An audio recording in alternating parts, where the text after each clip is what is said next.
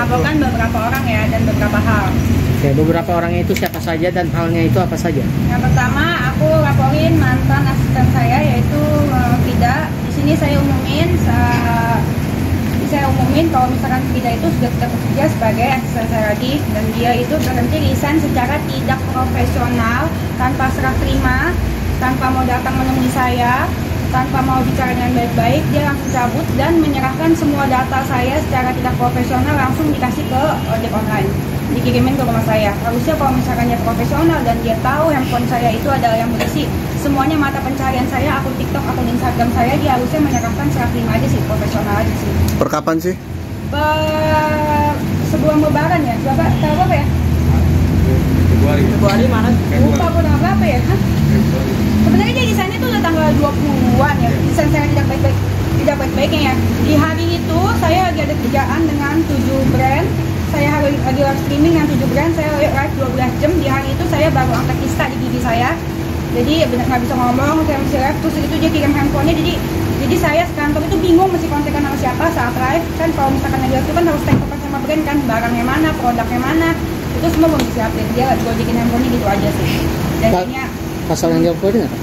Hah? Pasalnya? Pasal yang dilaporin itu setelah dia kirim handphonenya sorenya kan, gue ngecek handphonenya kan, gue ngecek handphonenya itu memang banyak chattingan yang dihapus dan bukti-bukti transfer.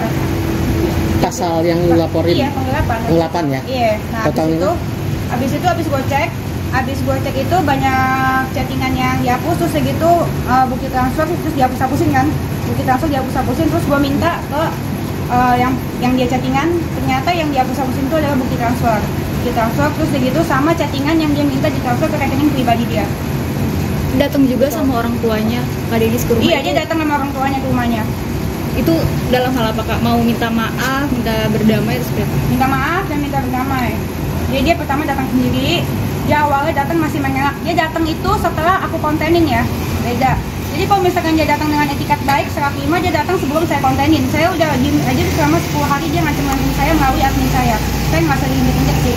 Jadi saya kontenin aja, biar jelas gitu kan, biar orang tahu kan. Berarti ada bentuk ancaman? Oh iya. Apa ancamannya? Dia bilang katanya, dia bilang gini katanya, kalau masa iya gue kasih ke orang-orang kalau misalkan gue resign karena digaji, gue kasih tahu. Di semua karyawan gue gak ada yang resign karena gak digaji. Semua karyawan gue itu digaji, gak ada yang mana ada sih karyawan gue resign karena gak digaji, kagak ada sama sekali. Dia itu sudah digaji, perlu digarisbawahi, dia itu sudah digaji. Yang belum dikasih itu adalah komisinya karena satu hal, gue udah minta mana laporan keuangan dan laporan penjualannya yang gue minta dari sejak hari H sampai sekarang belum dikasih. Laporan keuangan yang gue minta sejak dari tahun lalu belum dikasih. Biasanya itu dia kan kasih petikes laporan tiap hari kan. Gitu, gue minta itu dia nggak mau kasih. Bentuk ancamannya apa? Ya seperti itu dia ngomong. Oh. Ada teror gitu? Seperti yang dia ngomong tadi. Kamu nggak mau ngomong ke orang kalau misalnya gue resign karena nggak digaji. Gitu. Terus tadi kan katanya ada beberapa hal ya, apalagi gitu selain Frida, apakah ada yang lain lu laporin atau gimana? Ada, jadi ada admin gua di rumah sama beberapa sama host live. Jadi host live gua yang namanya Umay, kalau kalian sering nonton live gua itu ada host live gua jualan piyama. Jadi piyama gua itu si Umay ini jual penggelapan juga. Gua laporin atas penggelapan karena si Umay ini menjual piyama gua secara sendiri dan transfer ke rekening dia. Ngerti nggak? Jadi si Umay ini dia live nih, ini kita live nih, dia kan, hai guys, nih piyama gue, piyama orang kaya, bla-bla-bla, piyamanya bagus banget kan. Terus kayak gitu si Umay, terus kayak gitu ada customer nih, yang chat nih, kakak itu piyamanya aku mau beli dong. Nah, ini kan langsung di chat sama si Umay, di DM pribadi, habis di DM pribadi di chat, terus bilang belinya lewat saya aja, lewat saya aja sama tim packing. Gitu, belinya lewat saya dan tim packing. Habis itu di direct, diarahkan lah untuk ke WhatsApp pribadi, lalu mereka chattingan, lalu kasih ke rekening pribadi, terjadi transaksi. Itu namanya maling, dia jual piyama gua tanpa izin gua, namanya yaitu lu ngambil barang gua, itu kan bukan punya lu.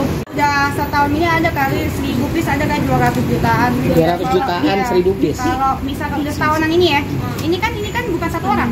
Iya. Total dari semua orang ini yang ngakuin ya. Total orangnya berapa yang lu laporin totalnya? Ada 5. 5 ya.